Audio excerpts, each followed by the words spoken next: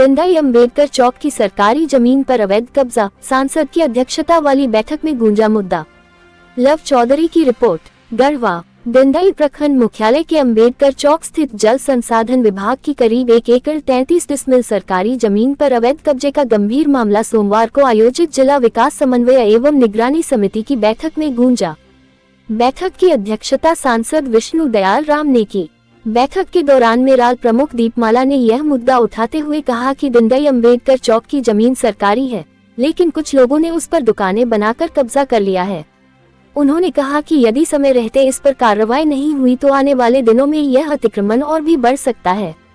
दीपमाला ने मांग की कि प्रशासन अविलंब जांच कर इस जमीन को अतिक्रमण से मुक्त कराए और दोषियों पर कड़ी कार्रवाई करे। इस पर सांसद ने संबंधित अधिकारियों को मामले की गंभीरता से जांच करने और शीघ्र रिपोर्ट देने का निर्देश दिया।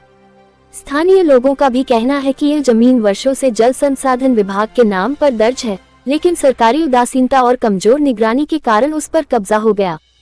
ग्रामीणों ने समिति से अपेक्षा जताई कि अब इस मामले में ठोस कदम उठाया जाएगा ताकि सरकारी संपत्ति सुरक्षित रह सके।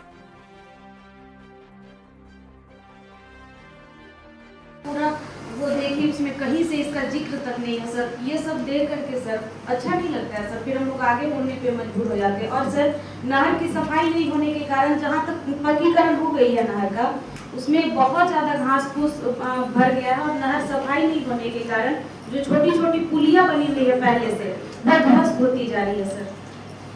और सर एक छोटा सा और था, जैसे दंडई मार्केट स्थित अवस्थित 1 एकड़ 30 डिसमिल वाटरवेज का जमीन पड़ा हुआ है, जिसपे वहाँ के कुछ लोगों के द्वारा अवैध रूप से दुकानें बना करके दुकानें चलाई जा रही है।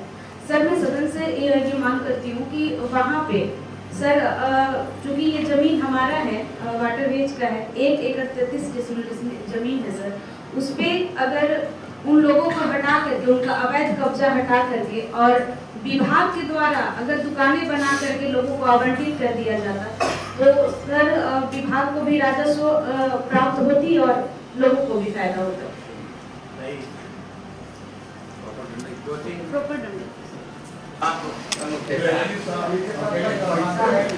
अध्यक्ष महोदय, एक हमारे मेराल प्रखंड का एक अहम मुद्दा है।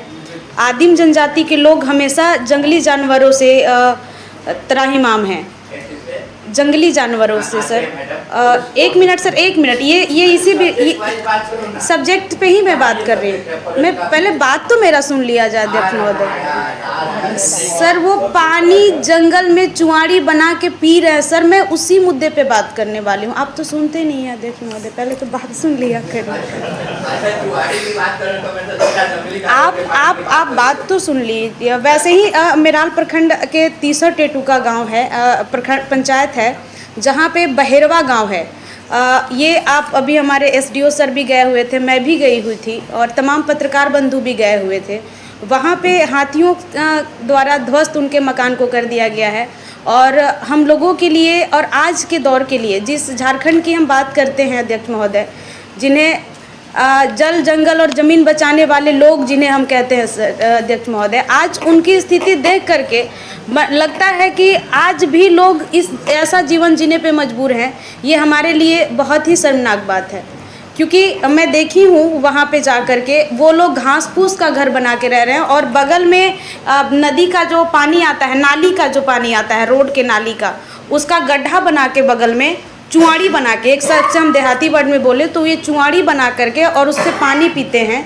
और उनके घर में न खाने को अनाज है।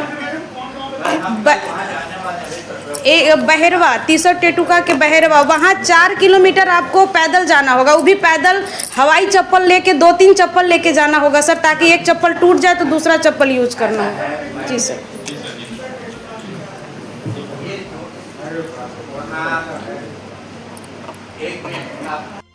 मैं ये बोल रही थी सर कि मैं ये सदन से मांग करना चाहूँगी कि उन्हें वहाँ पे ज़िले से कैंप भेजकर उनके लिए, मैंने वहाँ देखा सर, उस झोपड़ी में मैं जब गई थी तो मैंने देखा कि उनके पास न कोई राशन कार्ड है, न आयुष्मान कार्ड है और ना ही आधार कार्ड तक नहीं है सर, क्योंकि उन लोग कोरवा परैया जिहोर जाति से आते हैं और उन्हें इतना समझ नहीं है।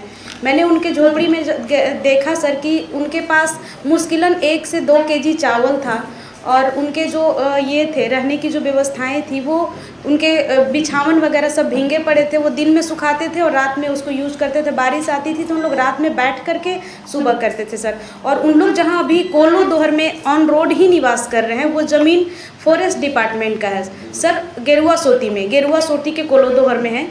तो सर आप ऑन रोड है, आप कभी भी अभी भी जा सकते हैं आप सर। उन लोगों का कहना है कि हम लोग वहाँ हाथियों के आतंक से रह नहीं सकते हैं। अगर हमारे लिए यहाँ फॉरेस्ट डिपार्टमेंट के द्वारा जहाँ हम रह रहे हैं अभी झोपड़ी लगा करके, अगर वहाँ हमें घर बनाने का ज़मीन दे दिया जाए तो हम लोगों का जीवन बच सकता है, अन्यथा हम लोग हाथियों से मारे जाएंगे।